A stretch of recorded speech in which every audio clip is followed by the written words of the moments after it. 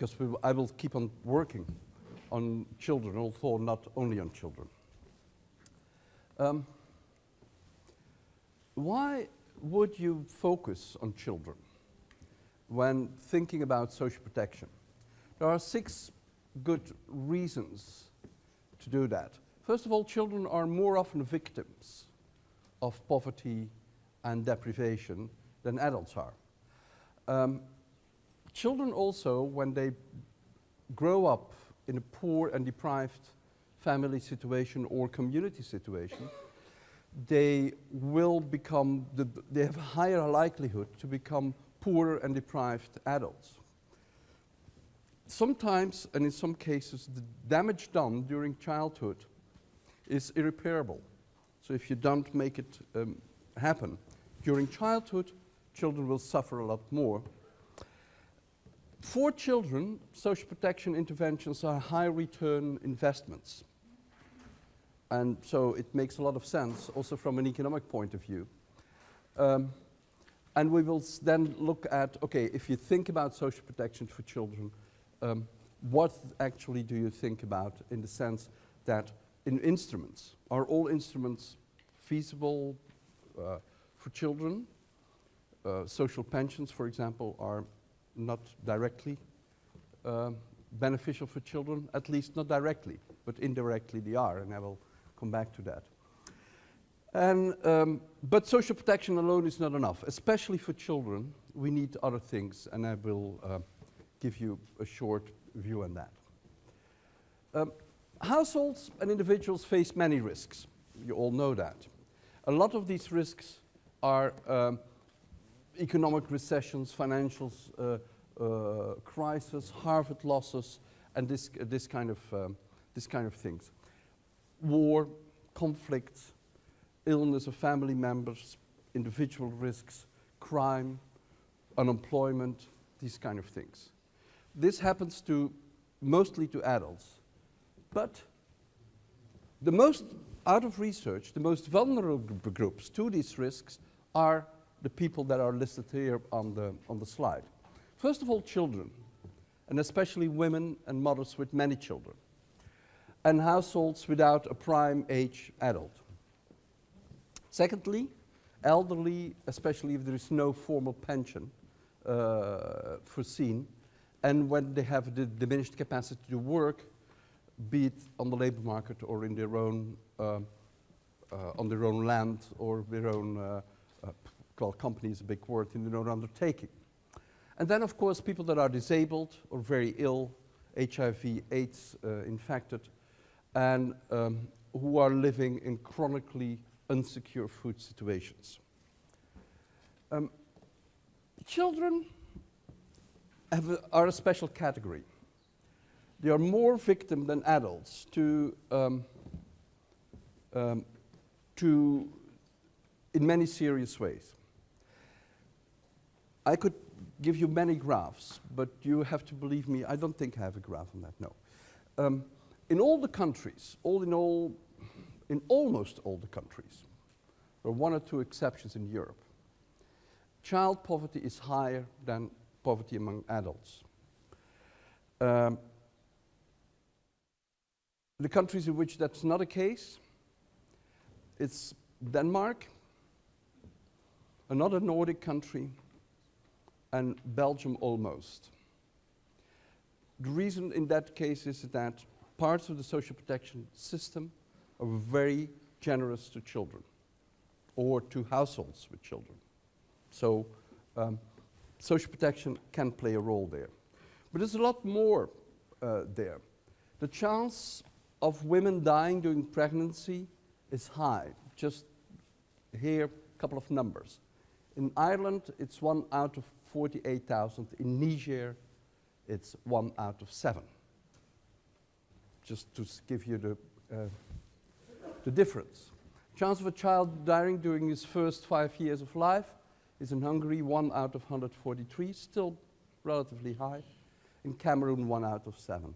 The risk that a child will never attend school is, in general, in the low and middle income countries, 1 out of 7. 1 out of 7 is a lot. Huh? I mean that if you take 100 children, then there will be more than 10 children, 13, 14 children who don't go to school, who will die before the age of 5 and things like that. Stunting and malnourishment is a serious problem. Many of you work in countries where stunting levels are as high as 40%. Means that almost 1 out of 2, or at least 1 out of 3 children is chronically malnourished. Stunting has very serious consequences for the child, for child development.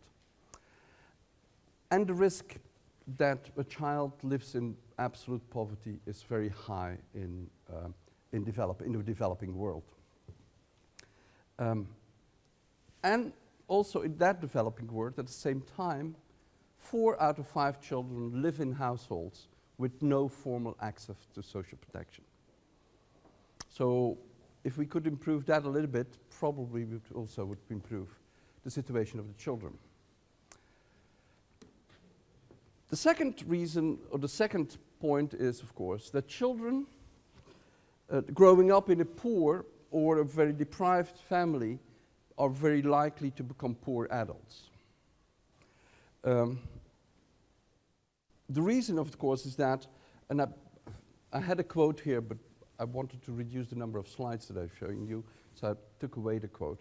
But already in 1906, there was a conference in Stockholm where all the poor relief workers of Sweden, and Sweden was a pretty conservative country at that time, came together to discuss the future, say, of social protection in Sweden. I mean, they didn't call it social protection, obviously. They called it poor relief, but and then they discussed it. And one of the things that came up, and someone took notes of what's happened in Swedish, of what happened in that conference. And these notes, these chronics, these annals are still available to us. And up and again came the discussion point that, oh, well, it's so hopeless because all these poor people have children, and these children are going to be poor as well. Just the idea already in the beginning of the 20th century, in the end of the 19th century, is that poverty is hopeless. People are poor, and you want to help them, you help them, but their children are going to stay poor. And so how we can improve our job done for the children, or at least that the next generation is not going to be poor. Basically, poor people are are likely to produce poor children when they're at their adulthood because of many reasons. Some of these reasons are economic and are linked to investment. Poor people are less likely to invest in the education of their children.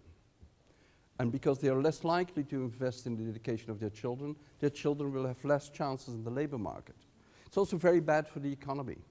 It depresses productivity because it leaves people below their optimal productivity level. If you invest that's why we call it human capital investment. It's a capital stock, in fact, and you invest in the capital stock. But if you don't do that, the people who are left behind in this investment will also have a lower productivity and thus a lower returns to whatever economic activity they undertake later on in life.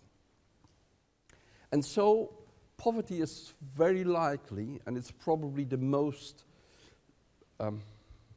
central subject, central issue to be discussed in social sciences over the last 200 years, is why poverty is reproduced. Poverty doesn't end. It's for many people, and that's not true for everybody. For some people, for some households, for some individuals, poverty is just a period.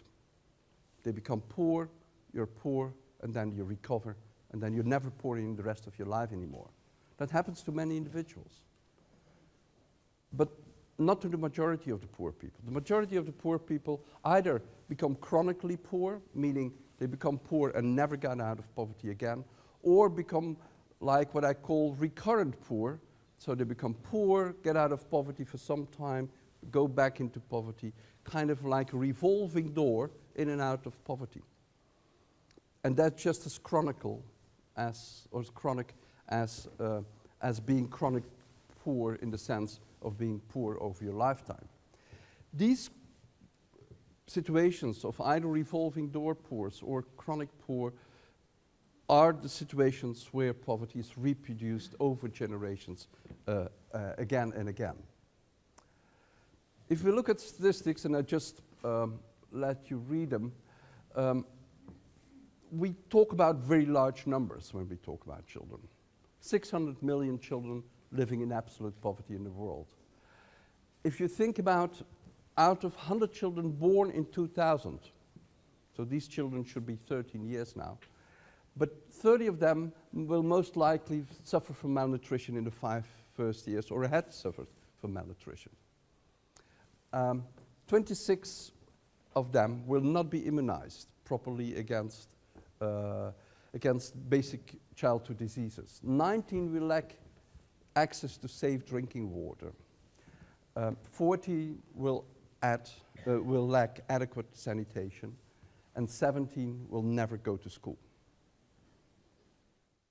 So just imagine 100 kids and just separate them out, and then of course you will see, and I will come back to that, that some of these kids will be the same. It will be the same kid who does not have access to clean water, not adequate sanitation, will not go to school, and is not immunized. But in some cases not, in some countries not. They are different kids. And so you might cover your 100 kids by one of these categories separately, which is an interesting thing that we should study, and in fact we study it, and that would also inform our social policy and social protection policy. 10 million children suffer from preventable diseases, and 40% of the children, as I said, suffer from malnutrition in the developing world. And malnutrition meaning chronic malnutrition. Nevertheless, some countries, what you see here is the progress towards, based in 2010, towards the MDG target, MDG 1 target. You see that on track are all the green countries, quite impressive and quite a lot of countries. But all the yellow and the red countries made no progress on the MDG target, and the yellow countries made progress, but not enough to secure the attainment of the MDG target in 2015. So some work to be done there. All regions in the world made some progress in, and you can see that in the graph, on child underweight prevalence, meaning that malnutrition become less and less of a problem, although it's still amazingly high.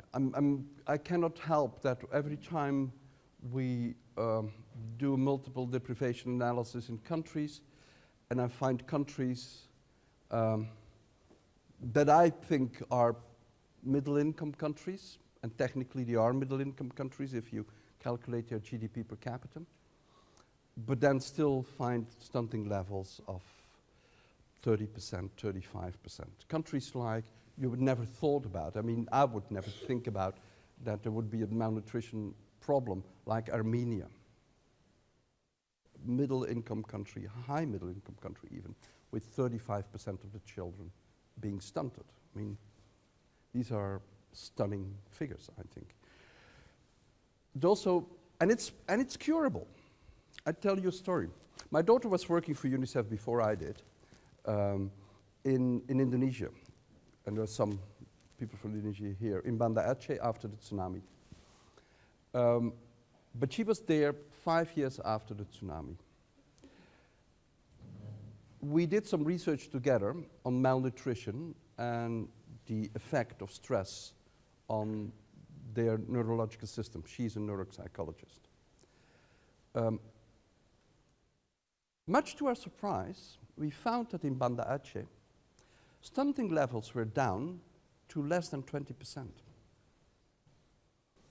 We expected, I mean, Indonesia as a whole, as a country, high stunting levels, 40%, but Banda Aceh only had 20. It's definitely not the richest part of the country.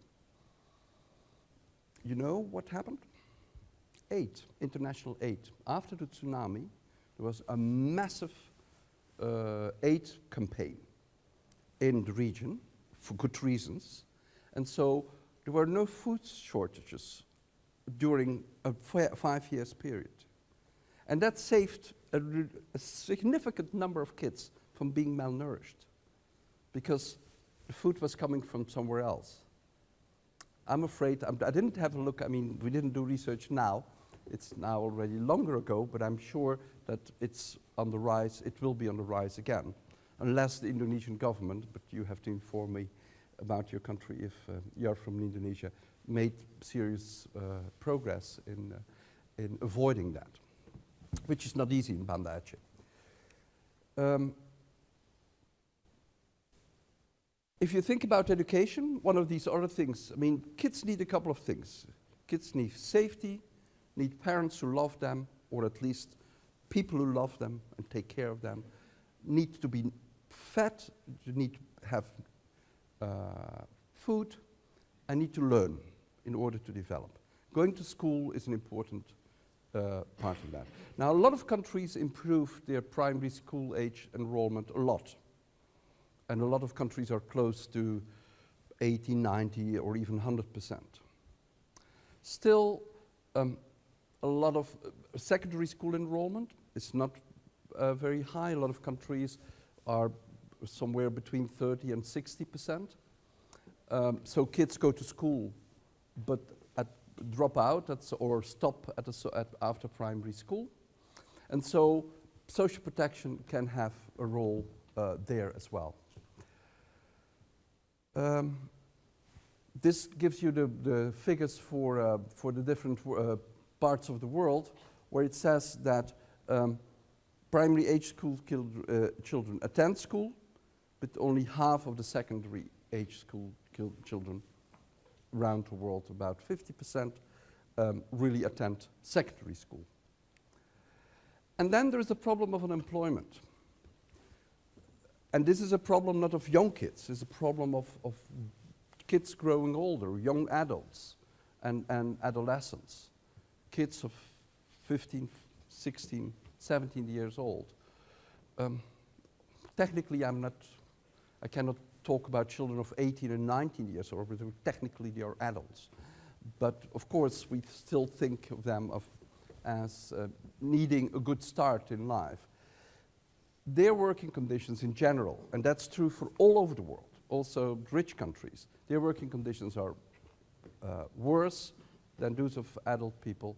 And nowadays, a lot of people are without employment. These are the unemployment figures for a lot of regions. You see that Europe is missing there. If we would put Europe, Western Europe over there, our unemployment figures for youth, I'm talking about people aged between 18 and 24, or 18 and 29, in Portugal, Spain, Italy, Greece, Ireland, are around 40 and 50%, meaning every other kid, young guy or young woman, is out of work. It's not able to start his or her life as an economic independent person. And that, of course, has huge consequences as well, and has good reasons for, and there are good reasons for thinking about social protection in these terms. Now, does social protection help? Yes, it does. What you see here are the poverty rates of children for the developed countries. I mean the OECD countries, the rich countries, and these are only European countries, I guess, yes, because we can only calculate it for the European countries. The child poverty rates before and after social protection.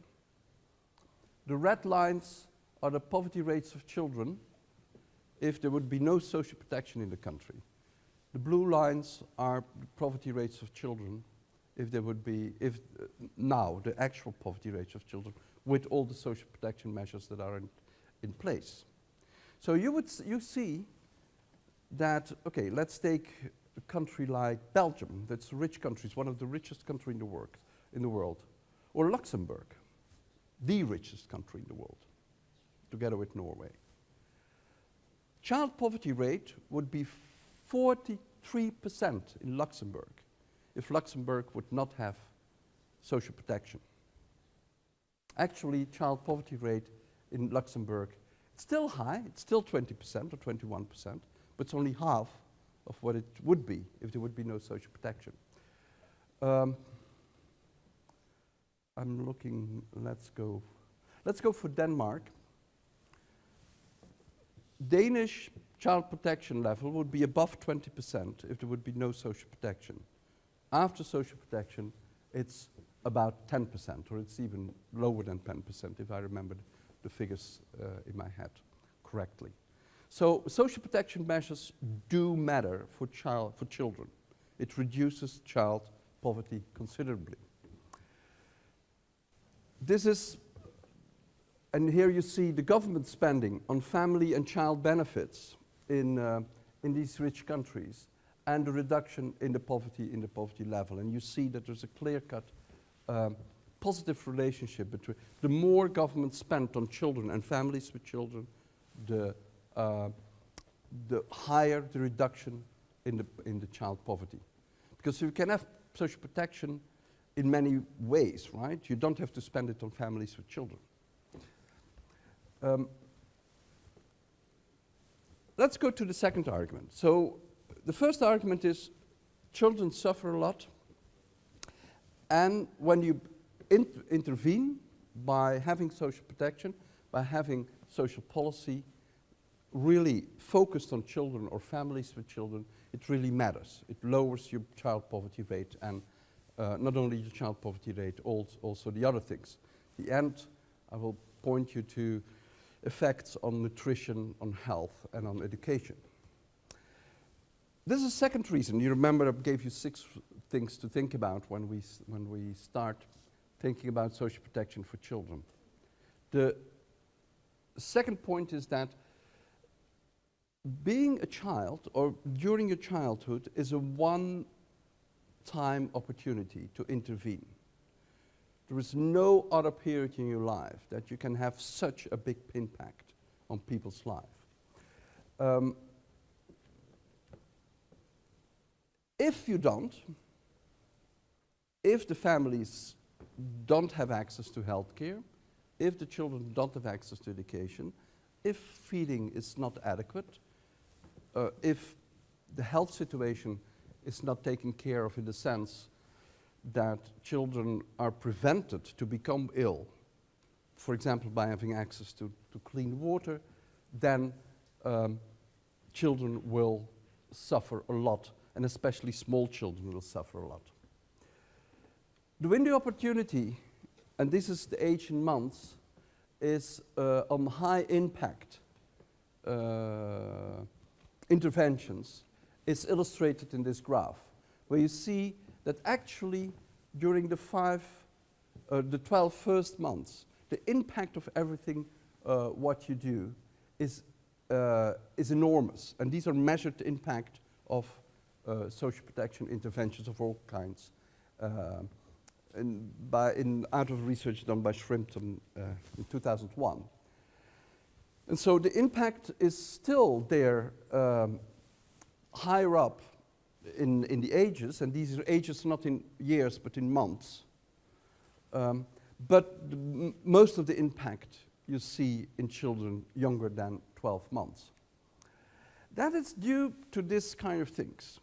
This is a graph made by a neurologist. Gives you, it's in fact a kind of more beautiful graph than the one I should show you, which is much more complicated.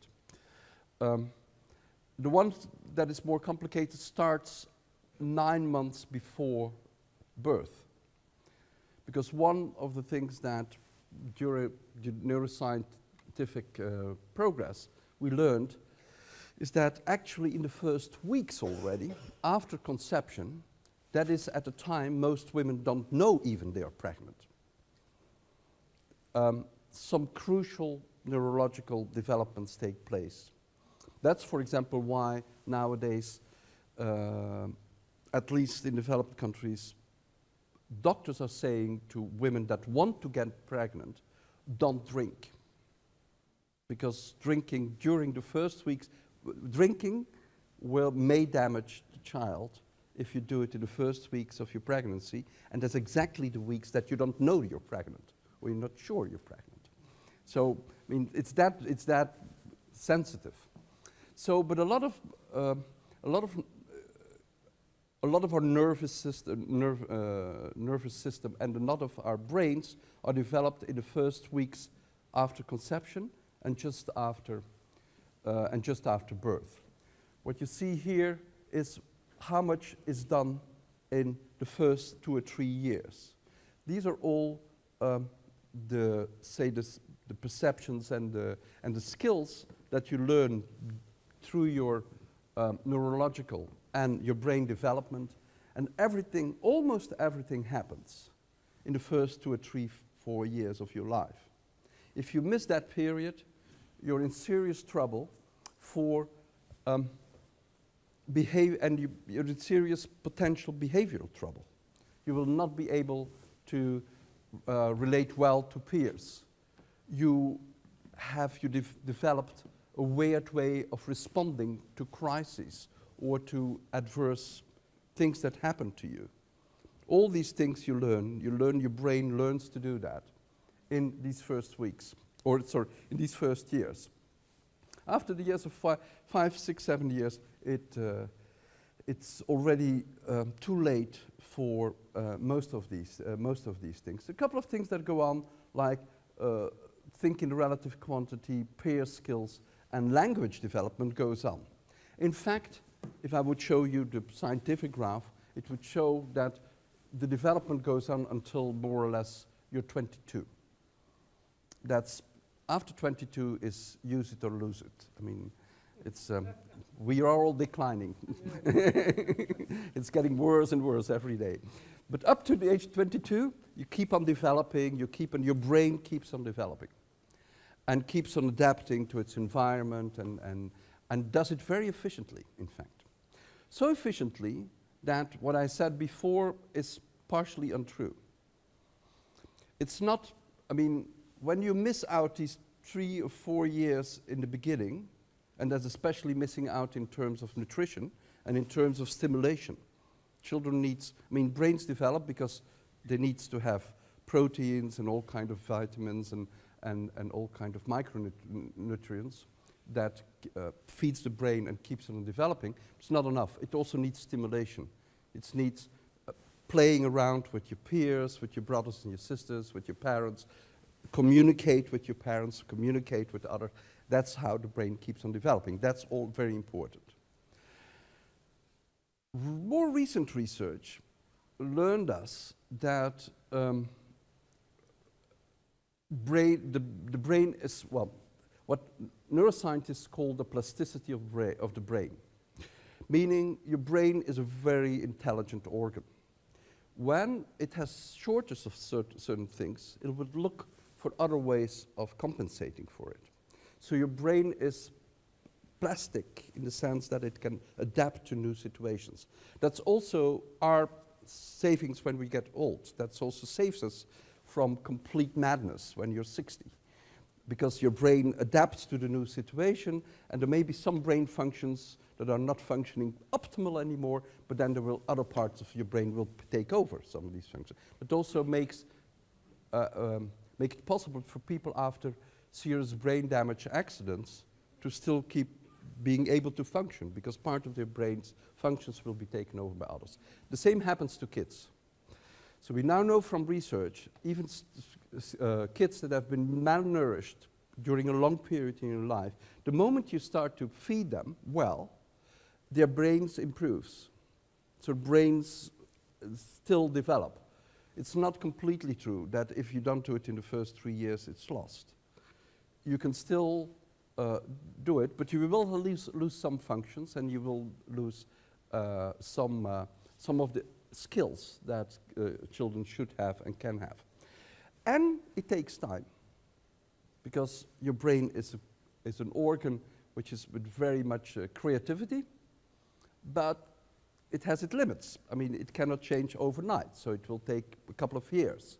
These couple of years for children are, of course, crucial, because these years are the years that children are at school, will not be able to learn because their brain development is not good, or not at optimal, not as it should be, and so will not learn and will drop out of school, because what's the point in sitting in this classroom and not learning anything? I mean, children understand that, their parents will also understand it, and after some time either will keep them at home or they will just drop out of school.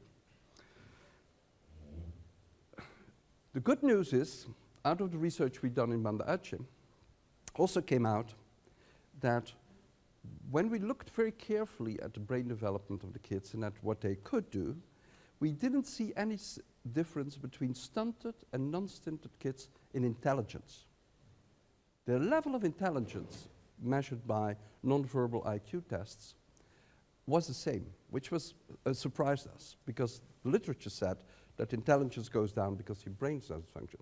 What was not functioning well is their working memory, the way they process information in their brains.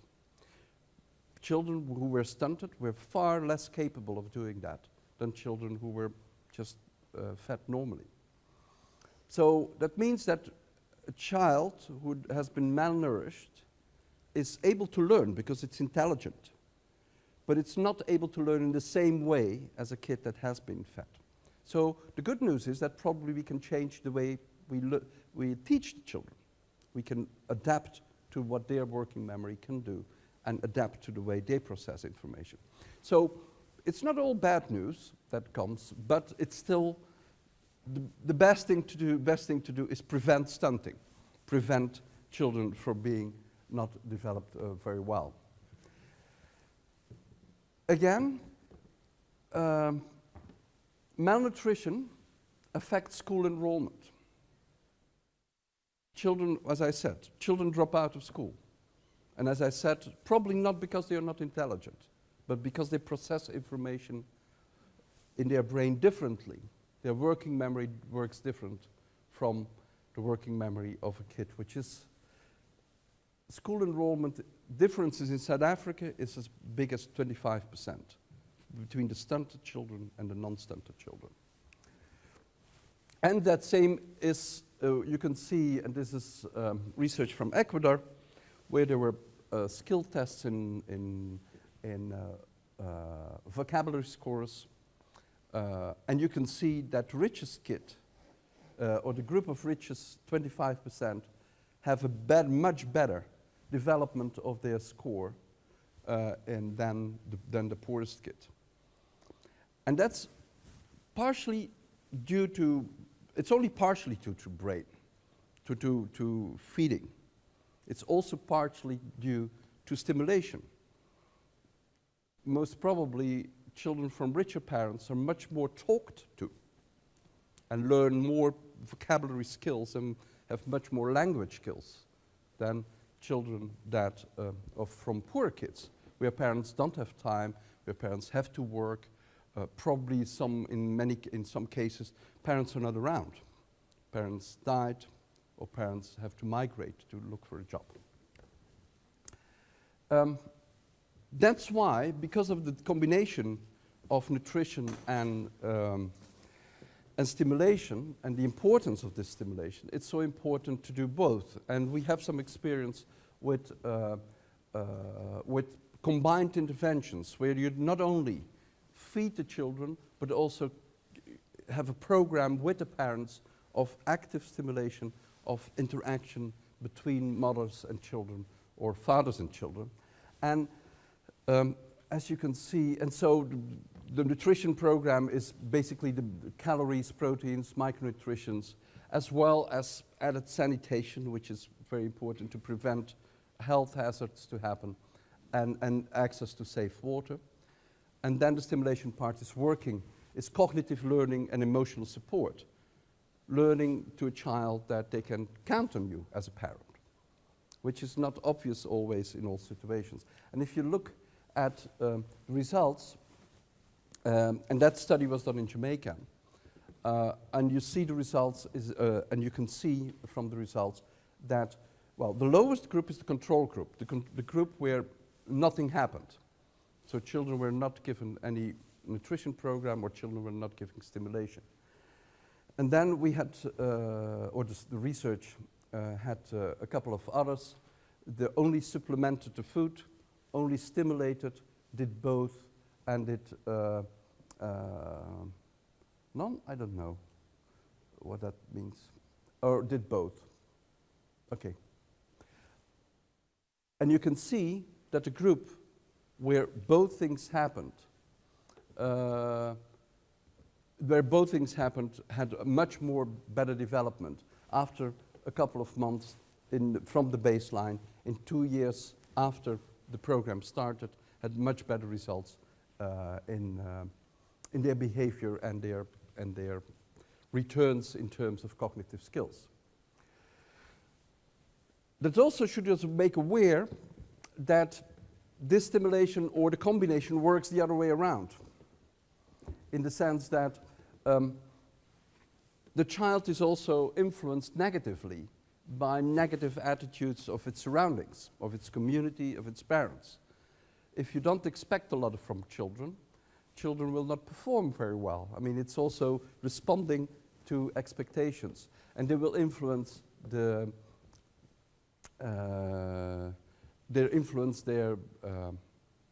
behavior.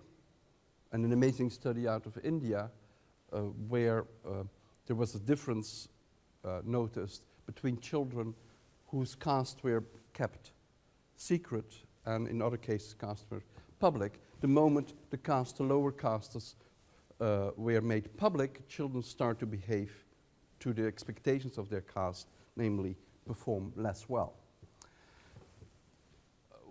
Stress can permanently damage the children. One of these other things that came out of our Bandeaci research is that not only malnutrition had very bad influence on the working memory of the children, but also post-traumatic stress. Quite a lot of these children, the majority of these children, were suffering from PTSD, post-traumatic stress disorder. By the way, a lot of the adults, because we found so many children that were suffering from PTSD, that we thought, what's wrong here? Is something wrong with our measurement instrument? So we added 20 adults, all their teachers, and we let them take the same test. And almost all of these teachers suffered from post-traumatic stress as well. So it's not only just the children suffering from stress, but also their environment suffering from stress. And that has, in all the cases, it had a negative impact on their brain development and their working memory especially.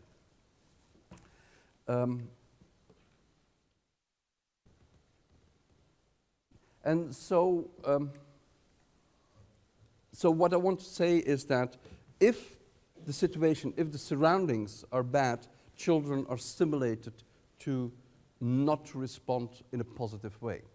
So while stimulation and good nourishment and clean water and better sanitation will help to make them progress and will cumulatively help to make progress, if all these things happen, it's cumulatively going down.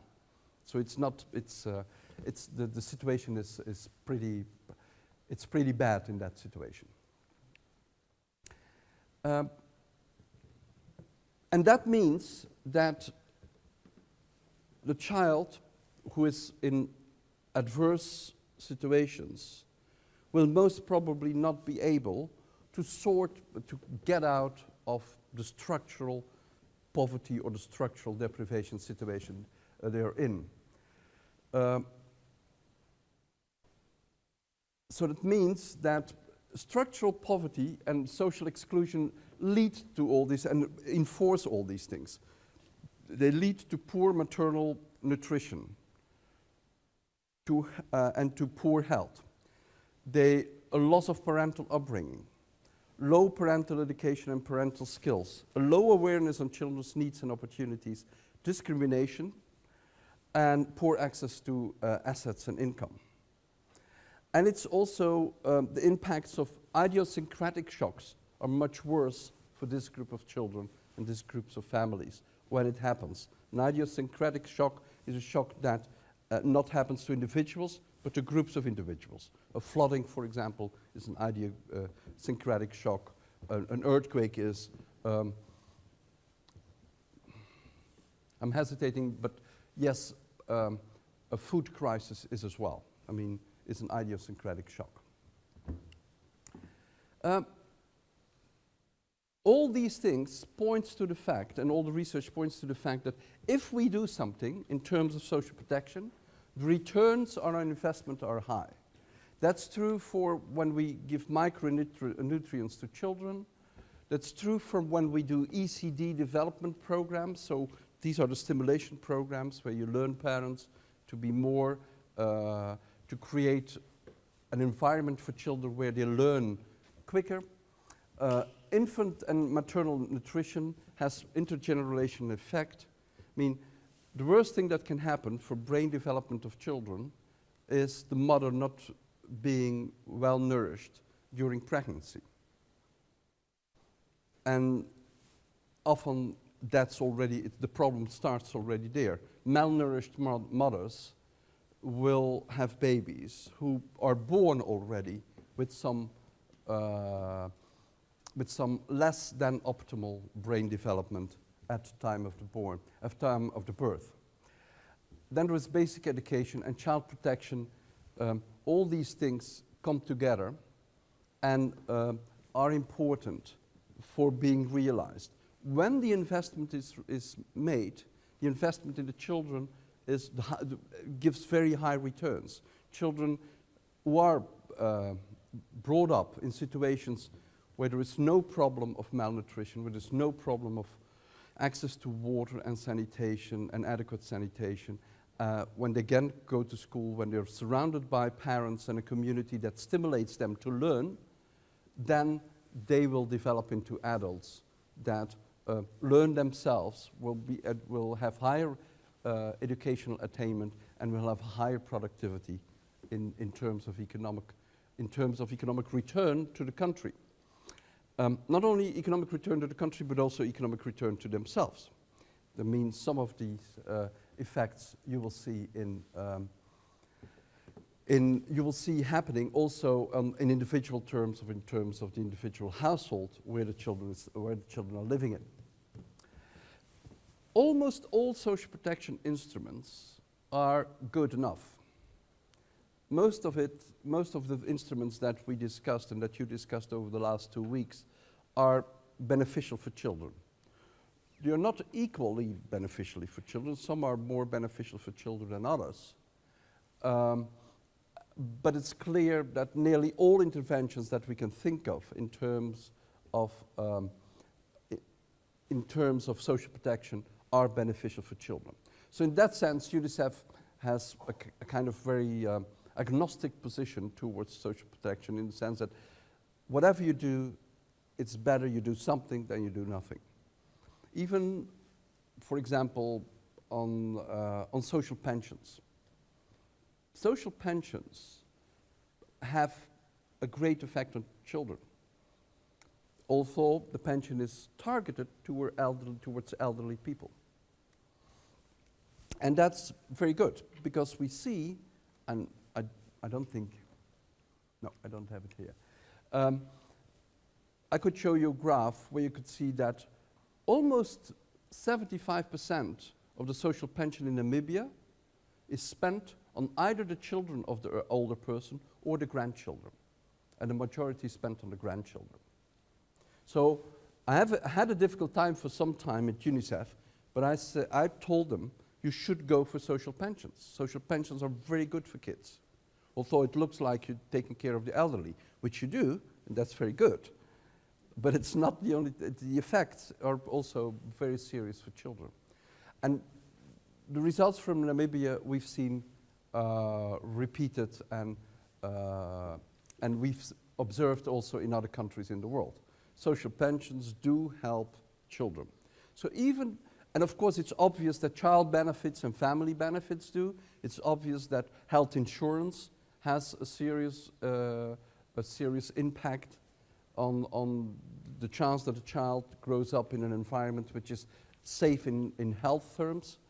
And in general, all income supplements help children to perform better. Of course, before I click away this slide, social protection is not enough for children.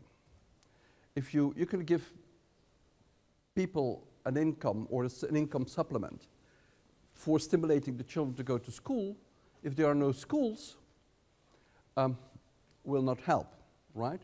Or you will stimulate them to give them better food. If food is not available, it will not help. Or in health insurance, but if there's no health services or not adequate health services, or health services are too far away, then it will all not help. So social protection for children is important, but it cannot be the only thing. It changes the demand side of the equation, but still there is a supply side of the equation where the health services, the schools, the food has to be available. Nevertheless, in most countries we see, and here we see a couple of countries, Brazil, Zambia, Argentina, Mexico, South Africa, and Nicaragua, where you see that a benefit given to the family increases in all cases school enrollment. So even a family benefit, or even a school, it was not a school waiver program, a school fee waiver program, because you could have that as well. Obviously, if you take away the school fees, school enrollment is going to increase, or is increasing in most countries that we observe, and is increasing rapidly. But this is not a benefit like that. This is a general income benefit. People are giving a social cash transfer, and as a result of that social cash transfer, children go to school. Also, health improves a lot. The health situation, children become less often ill and grow more rapidly, which is an amazing result. And we observe it even over a relatively short period of time. If you give a benefit to households, you will see, or you can observe, that children are getting better access to health services, so are taking to a doctor earlier when needed than when the benefit is not there. Children, as a result, become less ill, and children are growing physically more than the children in comparing age and household situation, which is an amazing result, I think. The same applies to nutrition and health situations in other countries where you can think of, or where you can see that the health situation improves also in Zambia, Ethiopia, Malawi, and nutrition situation improves radically as we've found in research in Zambia and South Africa. If we now take it a little bit step further and think, okay, what should we do? We can think about this very informative graph that I will explain in a minute, that I borrowed from a colleague in the Nairobi office, Casper Veit, who constructed it, and said, at the left-hand side of the graph, you see the triangle, and the triangle gives you the community and household and personal assets that are available for a child. And when there are a child that has a lot of these assets, the risks that the child is facing are low. If there are a very small number of these assets, the risks that a child are facing in terms of economic, social development, psychological development, neurological development, the risks are very high. And so in the worst case, you can say, okay, the worst case is the absence even of parental care. Now, let's see what we can do about it. We take the inverted triangle, and we think about three types of interventions we have. Intervention A, which is universal support and macroeconomic policy and universal services, meaning we give it to everybody. You cannot discriminate macroeconomic policy. It's macroeconomic. It covers the entire economy. And we give universal support. We make sure that there are schools that are health systems or health. And so that's relevant for the entire part of the population, and you will see that all the low-risk children, for the low-risk children, this will be enough. If you go now horizontally from one triangle to the second triangle, you will see that all the low-risk children are covered. For them, it's enough to have this general policy. But for the higher-risk countries, children, we need to do more. We need specialized supportive services. This is the B slice in our triangle, in our right-hand triangle.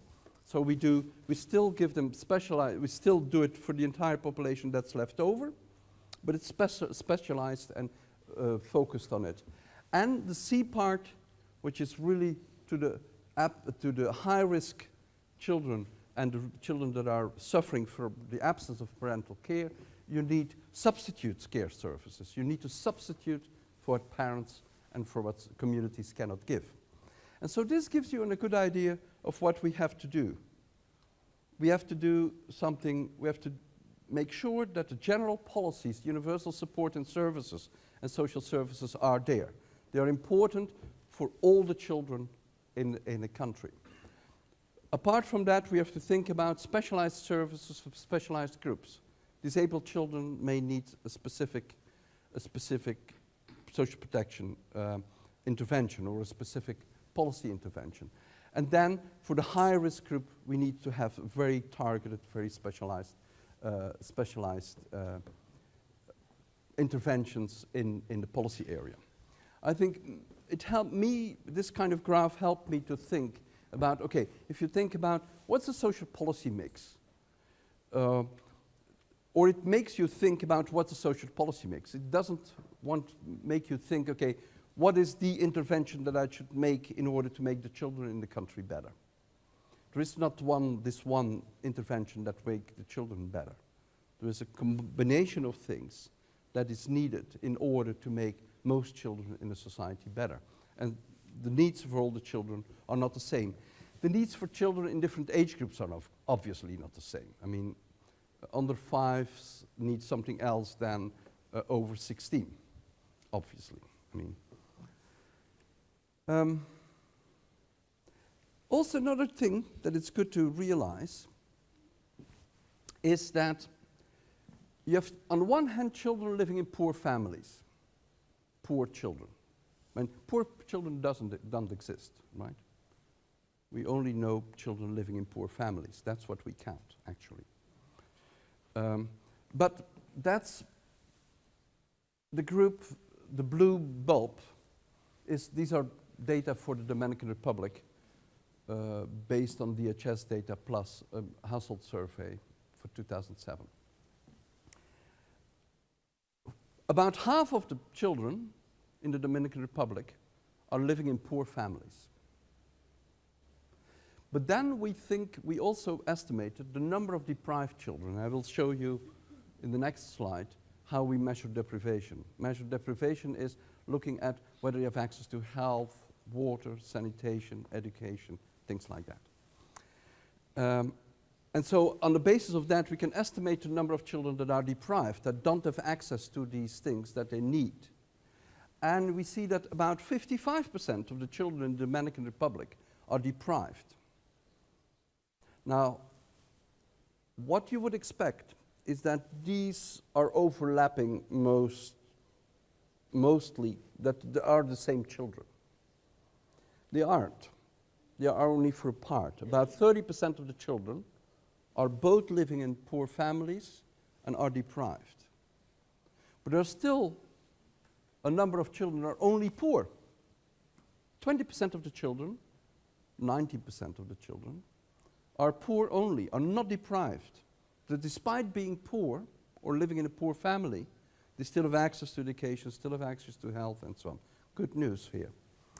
But there's also 24.4% of the children who are deprived while not being poor. They don't live in poor families. They're still deprived. And then there is, of course, a group of 25.7% of the children who are neither poor nor deprived. These are the lucky guys, right? These differences makes us aware that simple solutions do not exist. Helping people out of poverty will help quite a substantial number of children in the Dominican Republic. Lifting all these families, if you would be able to lift all the poor families out of poverty, it will help 50% of the children, but still there will be 25% of the children, that's 1/4 of the children, who will be deprived, who don't have the things they need, despite not being poor. Indicating that you probably need to do more than lifting people out of poverty. Probably there are parts of the Dominican Republic, and we know that there are parts of the Dominican Republic, where access to health is not adequate, where access to clean water is not guaranteed, where there are no schools or no adequate schools, no schools that lead to help the children to attain something. This is an important graph that makes us aware about the type of social policy we're looking at. If we think about deprivation, this is the way we measured deprivation in the case of the Dominican Republic. By the way, we made this what we call a multiple deprivation, overlapping deprivation analysis. We made it now for 35 countries already, and we will keep on counting and making it for many more countries. What we try to measure are two different things for two different age groups, because the needs of the age groups are different. For the 0 to 4 children, we measure their lack or their deprivation, as we call it, in nutrition, health, water, sanitation, housing, and protection from violence, meaning physical violence. For the 5 to 17-year-olds, we replace nutrition and health by education and access to information. We would have liked to have health there as well, but we don't have the data to do that. It's amazing to see that no, it's not true. For a lot of countries in the world, we don't have data on the health situation of children older than 5. I mean, and it needed our research to make UNICEF aware of it. And look, we're always talking about under 5. What about children? I mean, it's very good we talk about 0 to 5, but it can't be a policy to keep children alive until the age of 5 and then let them die at the age of 6 or 7 because they don't have access to clean water or to access to adequate health situations. I mean, that's, so we have to monitor it. That's the way we measure it. In each of these are, we call these dimensions. Each of these dimensions are measured by 2 indicators. And these indicators, okay, I'm not going to get into details because that's a study day in itself. That's a website where you can, and if we have time, yeah, we have 5 minutes. I will show you the web portal because it's an interactive web portal, and I would like to stimulate you to go to it and play it and look for the figures for your own country and help it and try to do it. It basically gives you a menu where you can select a country, you can select the age group, and you select the type of analysis, and then you can get, like, for example, a single deprivation analysis, and you can get it by part of the countries. This is Tanzania. But you can do this for every country. You can see how, for every of these deprivations, where in the country it's bad. Or you can see whether it's worse or better for children that are orphans or are not living with their parents. Or you can see whether it's better or worse for children that live with mothers with higher education or lower education, or all these kind of things. Whether it's worse for boys or girls. All these things are possible. And apart from that, we also calculate what we call overlapping deprivations. We're going to look at what's missing. If it is, and this is nutrition, health, and water in Ethiopia. And you see that there are 40% of the children are deprived in the 3 dimensions in this case. And other percentages in other combinations, there are 12% only in Ethiopia who are not deprived of the children. And these are children under 5 who are not deprived in any of these 3 dimensions. So meaning that almost all the children in Ethiopia are deprived in either health, water, health, water, or nutrition. Which, of course, it's not new. I mean, we know that. Sometimes the figures are staggering, but that's the analysis too. But I will show you in a minute.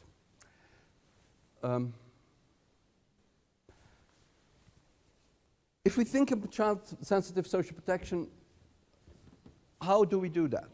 I already gave you a couple of things. Well, first of all, we cannot think in single instruments. Children will not be saved by one thing. So we will have to think about a comprehensive package. For example, the social protection floor, or we have to think about a combination of interventions which are better for children. Now, the social protection floor is not focused on children. Part of it is on children. The rest is not on children. But all these things help. So the second point is, while the ideal is that we think in packages and we think in a comprehensive policy, we think in a social protection strategy, we are also realistic enough to see that in many countries you can't think or even discuss with the politicians about packages. You don't have the economic resources to do it. So what you then do is probably go for single interventions, but be clever enough to make sure that later on they can be part of a package. The good news about single interventions is what I said before. Single interventions helps children almost always. There are a couple of things, social protection interventions, that possibly have a negative impact on the well-being of children. One of them is public works. We find public works in some countries having a damaging effect on children. The reason is that public works, even in extreme situations, takes away the parents from the children. In worst cases, children participate in the public works. In some cases, it's very good that children participate in public works, but I can't go into details. But public works is probably the only area where on social protection interventions or the other instrument in social protection interventions where the evidence is very mixed, in the sense that we see that sometimes it has a bad consequence for children. And consequences are different for boys and for girls in the case of public works. That doesn't mean that all the rest has a big influence. There are things that have a big influence, there are things that have smaller influence. But all the other social protection interventions, as we know the literature, have a positive influence on children. Almost all of them. Or in the best case have no influence, but also not a damaging influence. So it doesn't matter. So if there is one lesson, I mean, go ahead, have more social protection, it will be good for children. If you want to have really focus on children, you have to do more. You have to think about with children in the back of your head. That means on everything you do, on every social protection measure you take, the first question that you ask is, what is the consequence for children? Do we know something on that? Can we improve the consequences of children? And not only the consequences of children, but also the consequences of pregnant mothers. Because it's important for them as well. That's where childhood starts. During pregnancy, before birth already. Third lesson that we have if we think about social protection for children is that we need this package to be total services geared towards the entire public and the economy, specialized services for some groups, and very specialized substitute services for a very specific group of children. Think about our two triangles. We need both. We need all three A, B, and C type of interventions in our second triangle in order to cope with the risks of all the children in the population.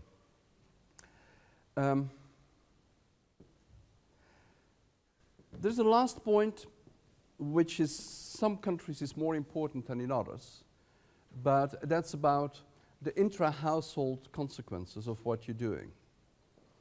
And in some cases it matters how. I mean, what I keep on repeating or kept on repeating the last 2 days for the the special course on social cash transfers that we're having here, is that telling you details matter a lot.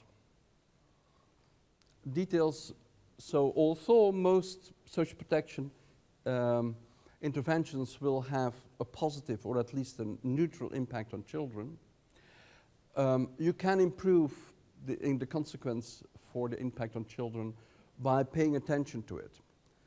And that depends country by country, community by community, culture by culture. In some cultures, in some communities, it makes sense to give a benefit to the mother rather than to the father. And it has consequences both for the mother and for the children. Research point in that direction. In other countries, in other cultures, in other situations, it may not be the right thing to do. In some countries, in some cases, and especially with older children, you may even think of giving the benefit to the child, making it available to the child. Whether that's feasible, whether it's desirable, I cannot tell you. It depends on the situation you're living in, on the local situation, and so on, and on the situation that the children are living in. So, but basically, these are the things that we have to pay attention to. And we should so it means that in fact we will pay attention to social services, we'll pay attention to social insurance, it's important, health insurance in particular is important, and we will pay attention to social cash transfers or social assistance or transferring cash.